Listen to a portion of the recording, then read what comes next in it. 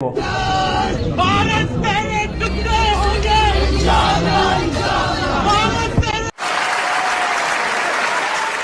ये पाकिस्तानी जाहिल भूल गए थे, पंगा ले किससे रहे। ठीक है, चलें आगे चलते हैं। कुछ लोग कहते हैं गौतम गंभीर को ऐसे इशारे नहीं करने चाहिए थे। क्यों?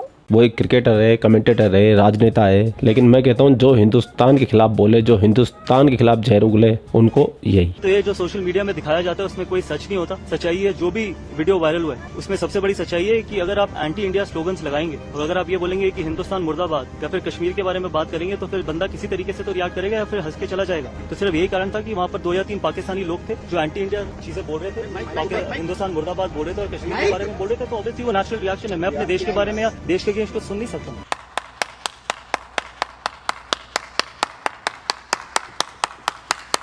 ये पाकिस्तानी पूरी दुनिया में कहीं भी हो, चाहे श्रीलंका में हो, चाहे पाकिस्तान में हो, चाहे यूएई में हो, चाहे कहीं और दुनिया के किसी भी कोने में हो, ये अपनी जहालत जरूर दिखाते हैं। और इसी जहालियत की वजह से दुबई के हेड ऑफ पुलिस डिपार्टमेंट रह चुके हैं, उन्होंने ये स्टेटमेंट दी है, उन्होंने ट्वीट की है कि हम अपनी ये नेशनल ड्यूटी समझते हैं कि दुबई में पाकिस्तानियों को जॉब ना दी जाए, क्योंकि ये पाकिस्तानी दुबई में जाके अपराध करते हैं, नशे का कारोबार करते हैं और रोडों पे भीख मांगते हैं, क्योंकि इनकी औकात ही यही है। क्योंकि वो यहाँ पर आके स्मगलिंग या फिर इलीगल एक्टिविटीज में इन्वॉल्व रहते हैं। जबकि दूसरी साइड पे उन्होंने तारीफ की है इंडियंस की कि वो लोग यहाँ पर आते हैं वेल मैनर्ड और डिसिप्लिन रहते हैं। और एक और कमाल की बात, बहुत दिनों के बाद में फिजा खलीफा को याद आया, कश्मीर कश्मीर कश्मीर, तो चलते पाकिस्तान। क्या वजह है कि हम लोग यहाँ पे भी अपना उस तरीके से नहीं रह पा रहे और इवन दुबई की जो पुलिस है, वहाँ की जो सिक्योरिटीज है, वो ये कहते नजर आ रहे हैं कि हम पाकिस्तानियों से तंग आ चुके हैं। क्या कहेंगे? आज से तकरीबन 5 से 7 साल पीछे चले जाएं तो वही दुबई कंट्री जिस बारे में आप बात कर रहे हैं वो हमारी इज़्ज़त किया करते थे, मसलन कि हमारी रिस्पेक्ट किया करते थे, हमें वेलकम किया करते थे। आज हमारे हालात ऐसे हो गए हैं कि वो हमें चोर बोलते हैं। ठीक है, नहीं सिर्फ हालात ऐसे होने की वजह से, मतलब हमारी इकोनॉमी डाउन होने की वजह से चोर बोलते हैं या इस तरीके से बोलते हैं, या फिर हमारी कुछ हरकतें भी ऐसी हैं? सर हमारे मुल्क के जो हुक्मरान है ना, ठीक है, उनकी वजह से हमारी जो इज्जत है वो और जो मकाम है वो ख़राब हो चुका है। ये आपस में लड़ाई करते करते करते करते मुल्क को इतना बर्बाद कर चुके हैं जिसका कोई मकाम ही नहीं है। इवन अगर हम बात करें, नेबर हंसता है, इंडिया वाले हंसते हैं कि यार ये देखें इन्होंने हमारे से, इंडिया वाले ये कहते हैं कि इन्होंने ये हमारे से अलग हुए थे, आज देखें इनकी क्या कंडीशन है। ना घर में इज्जत है ना बाहर इज्जत है, और बात कहीं ना कहीं सच है। बिल्कुल, ये आप राइट कर रहे हैं। देखें इंडिया ने हमारे खिलाफ फिल्में सरेआम बनाना शुरू कर दी हैं। अच्छा। हमारी पाक फौज को फिल्मों में गालियां दी जा रही हैं। अच्छा, ठीक है। कौन सी मूवी, कोई ऐसी मूवी बताएं सर जिसमें गाली दी गई है? ये अभी मूवी निकली है, क्या नाम है उसका? गदर 2 की शायद। गजल, जी गजल 1 में भी इन्होंने तौहीन मुल्क की हमारी की है और गजल 2 में भी ये बात की है इन्होंने कि जी मुल्क पाकिस्तान। अब वो सनी जो देवल है, औकात उसकी है कोई नहीं, और हमारे मुल्क पाकिस्तान के बारे में बकवास भी कर रहा है और पाक फौज के बारे में बकवास। मेरे कहने का मतलब ये है कि कोई भी मुल्क है वो कानून के सर पर तरक्की करता है। कानून होता है तो तरक्की होती है। जो पाकिस्तान का इमेज है वो इस वक्त पूरी दुनिया में सबसे जो गंदा इमेज है वो पाकिस्तान का 0 है। नहीं, वो ये अफगानिस्तान है, नेपाल है, ये पाकिस्तान से तरक्की में बहुत ज्यादा आगे निकल गया। अच्छा, अफगानिस्तान और नेपाल भी आगे चला गया, आगे चले गए। आज पाकिस्तान भूखा नंगा है तो क्या हुआ, एक समय में पाकिस्तान बहुत आगे था। देखो 1948 में पाकिस्तान की करेंसी डॉलर के बराबर थी और 1960 में पाकिस्तान ने जापान को कर्जा दिया, 1965 में पाकिस्तान ने यमन को कर्जा दिया और 1981 में पाकिस्तान बहुत तरक्की की तरफ जा रहा था।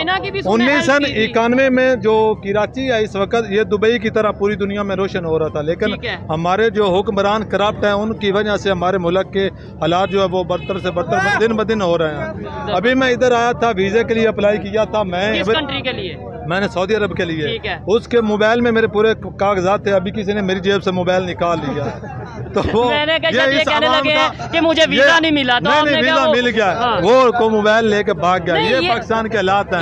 क्या वजह है कि गुर्बत की वजह से, इस तरीके से बेरोजगारी होने की वजह से चोरी और जुर्म बढ़ रहा है, या फिर हमें उस तरीके से एक विजन ही नहीं दिया गया कि भाई नहीं, गलत काम नहीं करना, बेहतर तरीके से रोजगार कमाना है, बेहतर तरीके से रोटी कमानी है। जब तक हमारे मुल्क में जो कानून ठीक नहीं होगा हम तब तक तरक्की नहीं कर सकते। कोई भी मुल्क है वो कानून की बिना पर तरक्की करता है। आपको पता है, लास्ट में आपसे ये पूछूंगा, जो हम जिस टॉपिक पे वीडियो रिकॉर्ड कर रहे हैं, दुबई के जो से पुलिस वाले हैं, जो पुलिस के इंस्पेक्टर हैं, सिक्योरिटी ऑफिसर हैं, उन्होंने स्टेटमेंट दिया कि पाकिस्तान वाले यहाँ पे आके स्मगलिंग करते हैं, और साथ ही साथ उन्होंने ये भी कहा कि इंडिया वाले डिसिप्लिन के साथ रहते हैं। सही बात है। मेरा मसला था दुबई में, मैं केस किया, मैं गया दुबई के कोर्ट में गया और वहाँ एक अरबी था, उसने मुझे कहा था तुम कौन, मैंने कहा मैं पाकिस्तान। उसने कहा जो पाकिस्तान है वो कुल्लू और आमी है, चोर डकैत है, हम किसी के ऊपर कोई केस नहीं कर सकते। पाकिस्तान का दुबई में जीरो इमेज है और जो इंडिया वाले हैं वो दुबई में बहुत ज़्यादा तरक्की में आ गए हैं और जो कानून है वो इंडिया वालों का ज़्यादा साथ नहीं, देता वो दुबई का। कैसे मतलब हम इस्लामिक कंट्री हैं, वो भी इस्लामिक कंट्री स्टेट है, ठीक है, हमारी रिस्पेक्ट नहीं कर रहे, उनकी रिस्पेक्ट, इसका मतलब कहीं ना कहीं वो बेहतर में, वो हमसे तरक्की में बहुत ज़्यादा बेहतर में है, हम जीरो में है, हम उनसे आगे नहीं कभी भी बढ़ सकते जब तक हमारा नहीं, आगे बढ़ना चले, वो तरक्की करें, वो और आगे जाएं, लेकिन हम ये सोच हमें भी रखनी चाहिए कि हमने भी आगे जाना है, हमने भी अपने आप को ठीक करना है। ये तो नहीं कहेंगे कि हम आगे जा नहीं सकते। बहुत मुश्किल है, जो हालात इस वक्त पैदा हो गए, एक मजदूर अपने दिन का गुजारा नहीं कर सकता, अपने घर का गुजारा नहीं कर सकता, वो तरक्की क्या करेगा। ठीक है, भारत कश्मीर में डेवलपमेंट कर रहा है तो इससे भी पाकिस्तानी चल रहे हैं, खास तौर से फिजा को मिर्ची लग रही है। ठीक है। अच्छा, एक और अहम सवाल, मकबूजा कश्मीर में ये जो कायरा साहब इंसानी हुकूक की सूरत हाल बड़ी तशवीशनाक है और आए रोज़ बेगुनाह कश्मीरियों पर ये जो मजालिम की ख़बरें आती हैं, आप चूँकि कश्मीर अफेयर्स के मुशीर भी रहे हैं, आपने बड़े करीब से देखा इस पूरे मामले को, तो आपको ज़्यादा मालूमात होंगी, तो ये क्या हो रहा है, इसमें शिद्दत क्यों आ रही है? और वो चाहता यह है कि किसी भी तरीके से ऐसा तरीकाकार इख्तियार किया जाए कि आलमी मंजरनामे से मकबूजा कश्मीर का जो मुकदमा है वो मध्यम हो जाए, अगर मिटे ना तो मध्यम जरूर हो जाए।